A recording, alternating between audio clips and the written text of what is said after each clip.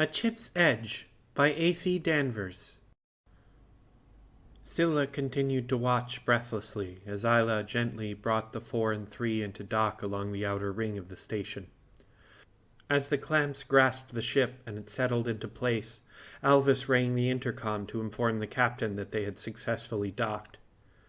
3 sounded the chime on the intercom and began to speak again in the polite sing-song register of a customer service rep.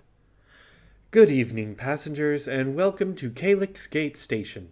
We'll be docking here for rest and refueling for approximately 4 local hours. Passengers continuing on to the Galaxy's Chip Casino Tour, please be sure to return by local time 27:30 to ensure easy boarding. Those departing to continue on to other destinations, we do remind you that this vessel cannot offer transfer tickets, so please inquire about onward fares with the local ticket office. Thank you for flying with us, and enjoy your time at Calyx Gate. The intercom switched off with a click that seemed to snap Silla out of her reverie. With the station and the gate now mostly out of view, she could once again begin to take in her surroundings and situation, and the feeling was uncomfortable. She rolled her shoulders and neck and felt the fabric of her clothes shift uncomfortably against her body. The crew was beginning to rise from their stations, and as her visual focus returned with a shake of the head, she turned to catch 3's glance. Captain, do you know where I might find some new clothes on the station? I didn't exactly have time to pack before I left. I can help with that, Iyla piped up. Been here a few times. I think I still know where the good shops are. Excellent idea, 3 concurred. Iyla can keep an eye out for you. We still don't know what kind of heat you brought with you after the colony. Silla nodded, honestly relieved to have the company. It's settled then. You 2 go on ahead. I'll get the ship squared away and do a little poking around and find out what our new inspector friend got up to after we left. Silla and Iyla disembarked, stopping to greet Alvis on the way out, who was remaining behind to secure the ship and be prepared to welcome any early returning passengers. The 2 made their way through the corridors of the inner ring, passing through entry control without obvious trouble, until finally reaching the station's vast central atrium. More closely resembling a great domed city within the station's walls, the atrium was littered with shops, office buildings, and housing blocks.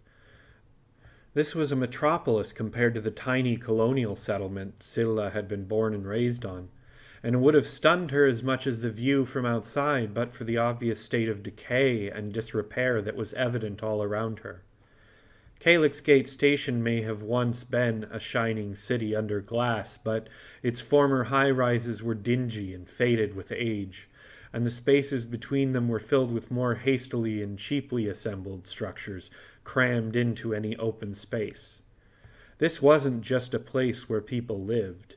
It was a place where people were stranded, left behind by circumstance and the ships that were meant to continue their journeys to somewhere greener and more hospitable than the cold metal walls of a port station. Stay close, Iyla warned. Stations out this far don't like to spend a whole lot on security. Iyla was alert, her crest raised and eyes forever shifting as they ducked and darted between shops and down alleyways. Along the way, Iyla murmured occasionally to herself, as if mentally walking through an internal travel guide to the station. Now and then they'd pause for a moment as she discovered some detail was out of place or missing, mentally updating her internal atlas of the city. Silla hurriedly followed along, long since lost after too many side alleys and odd shortcuts, and hoping only to keep pace and not lose sight of her guide. When at last Iyla stopped, it was in front of a rather ramshackle dive of a place, welded together from corrugated metal and decorated with a flickering neon sign of a mohawked hyena woman and the words "Den Mother" in sharp, angular letters. The metal walls vibrated with the sound of angry guitars and thudding bass. "Here we are, my favorite shop in the whole quadrant," Iyla announced, with some note of pride in her voice. Silla glanced skeptically at the bead curtain entrance and the display rack of spiked collars visible just beyond it, and hesitated. Iyla, I'm not sure this is. Iyla steamrolled past the remark. Come on, you'll love it. Just, behave. The owner is an ex of mine. She can be a little intense. Silla gulped and followed her inside.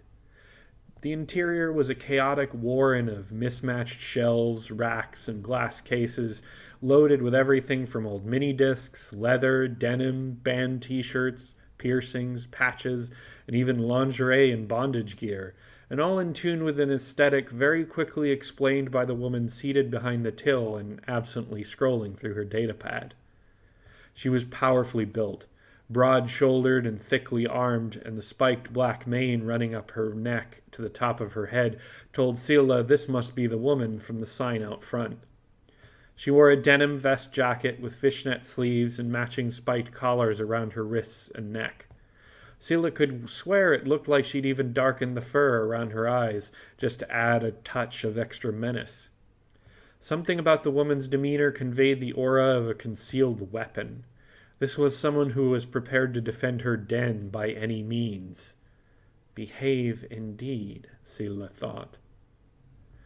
The owner glanced up briefly with a wary glower, but the intensity of the moment was instantly shattered by the sound of Isla's excited voice. Kara! She beamed, raising her arms in a gesture of either greetings or that of one approaching a potentially hostile force and wanting to convey harmlessness. A spark of recognition flashed against Kara's face. Her glower turned into a look of delighted surprise. "Iyla!" she shouted back, before hopping the glass countertop and nearly tackling Iyla into an embrace. She kissed Iyla on the cheek and continued, "What the hell brings you all the way out here? Been a long time, you know." There was a slightly dark tone to the last remark that could almost be mistaken for judgment. "Well, you know, freebooter life and all that," Iyla replied, sheepishly running her hand across her crest. Kara nodded. "I hear that. Why do you think I settled down here?" "So who's your friend?" Kara sized up Silla, who was politely pretending to peruse a nearby rack. "Another stray the captain has decided to adopt," Iyla replied in a sardonic tone. "She's a good one. Did a real number on the crooks back on the Calyx mining colony." "A proper comrade," Kara nodded, her tone surprised and impressed. "Well then, what can I do for you two today?"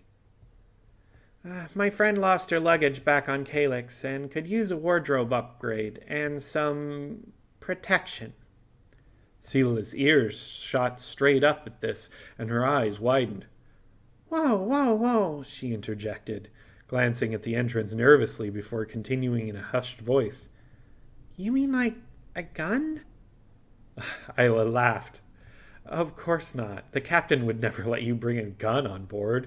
You know what slugs do to a ship's hull?" She grinned, a not quite successful attempt to ease Silla's nerves. "Girl, you really are new to this, aren't you?" Kara asked, purely rhetorically, and glancing reprovingly at Iyla. Iyla grimaced apologetically as Kara rounded the corner and withdrew a display case from a locked and concealed compartment beneath it. Arrayed in the case was an assortment of small handheld devices, each consisting of a cylindrical grip and a semicircular handguard lined on the outer side by a row of evenly spaced rectangular lenses. They came in a variety of styles with different materials, grips, lens designs, and control configurations.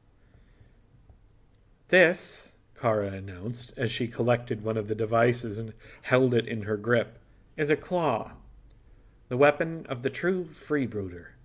Those who still follow the code, anyway." She activated the device with her thumb, touching a small activator at the junction between the backside of the grip and the handguard. The device sparked to life, and the front side of the handguard was surrounded by an aura of blue energy. "The claw is a directed energy weapon. That blue field you see is charged with enough juice to knock out most anything shy of an angry Jaglin Grunox for at least the next 8 hours. Non-lethal, mostly, so long as you're careful with repeat shocks.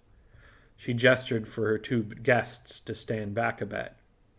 The claw follows in tune with the motions of the wielder.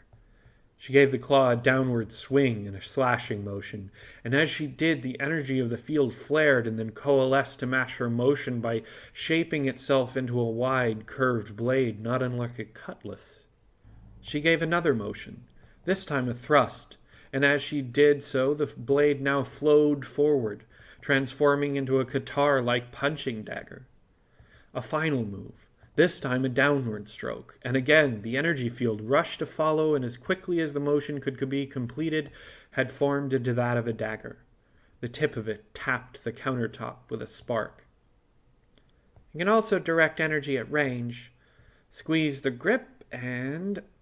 She drew up her other hand to stabilize the weapon, and Silla watched with a shocked gasp as the bolt of energy shot out with a zap and a bang and crashed against the opposite wall with a briefly dramatic but ultimately harmless show of sparks and lightning.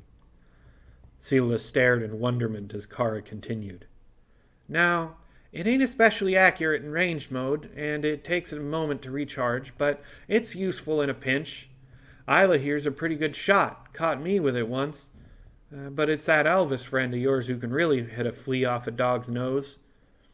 Notice it didn't do squat to the wall over there. Mostly the claw won't do much to anything but people and especially sensitive electrical equipment. The idea is to preserve life and equipment alike. A ship full of holes is no good for salvage, and a ship full of bodies tends to anger the local authorities. Freebooters are thieves, not killers. Well, the legit ones are, anyway. Iyla nodded. We loot and leave. This just helps us keep out of trouble if things get nasty, she added, with the tone of seriousness that implied this was more than practical consideration, but a matter of honor. Silla gaped, fascinated and horrified at once by the glowing energy still dancing about Kara's hand. Kara grinned and switched it off, setting it back in the case. Why don't you take a look? Silla hesitantly stepped forward and glanced around the case. Sensing her slightly overwhelmed reaction, Iyla spoke. Don't stress it. Just choose the one that feels comfortable, like it's an extension of your paw. Silla nodded and felt out a couple of devices before finally settling on one with a slightly contoured and angled grip, and a handguard that flared out near the thumb. It felt natural, her digits resting comfortably around it as if it were an old tool, its handle worn down to just the way she liked it. Can I? She asked, the actual question obvious. Kara nodded, and Iyla stepped back to a safe distance as Silla took a few awkward swings with the weapon. The blade of the energy field seemed to struggle to follow the jerky motion of the swings. It didn't look as fluid as Kara had made it seem, she noted to herself, blushing slightly at the clumsiness of her amateur display. Guess I'll need some practice, she muttered sheepishly. Iyla smiled. You'll get the hang of it, and Alvis is an excellent trainer. Silla grimaced. She hoped he'd be a gentler teacher than he was a greeter of new crew members. Silla managed to round up a few acceptable articles of clothing, a new denim jacket, some synthcore band shirts, and a couple long skirts in black and red. She paid for the clothes and the claw, and she and Iyla waved goodbye after asking for a recommendation for somewhere they could both grab a bite. As they made their way through the cramped alleyways, Iyla reminded Silla that it was best to keep the claw well concealed. They're not strictly illegal exactly, and lots of folks on the station like this are probably carrying worse, but you know dispats. They don't tend to react too favorably to anyone who looks like they can defend themselves. She laughed, genuine, but with a touch of bitterness. She was speaking from experience. Finally, they stopped at a stall selling dumplings filled with local mystery meat and veg alike. They each ordered a dozen, meat for Iyla, something that was described probably erroneously as rock cabbage for Silla, and a couple bottles of something cold and fizzy that neither could identify. They claimed a couple of low stools at a table just next to the stall, and Iyla dug in with visible hunger and without ceremony, the first sign of any fatigue Silla had seen in her all day. Silla took a slower pace, lost in thought and slowly snacking on the surprisingly fishy-tasting cabbage dumplings, the weight of the claw in her inside pocket weighing more on her mind than her clothing. The encounter with Kara was another reminder that she was no longer in a little mining town anymore, and she found herself wondering just how far over her head she was in this already. She took a sip of her drink. It was cold, refreshing, slightly sour, and with a tangy hint of some kind of fruit she was just beginning to place when she heard a voice behind her. "Silla!" She was startled to hear her own name, and tensed. She glanced up at Iyla, who shook her head to indicate her own lack of recognition. "Oh, sorry, it was Glass Runner, wasn't it?" Now she was very tense. Thanks for listening, and for supporting queer science fiction. The full text of this chapter is available on AO3, and the link is provided in the show notes. If you enjoyed this program, please do rate us, and be sure to subscribe so you'll never miss an episode. This podcast is distributed via Anchor and available on Spotify, Apple, Google Podcasts, and many others. And a video version is also uploaded to the AC Danvers channel on YouTube. Until next time, this has been another episode of A Chip's Edge by AC Danvers. Safe flying, everyone.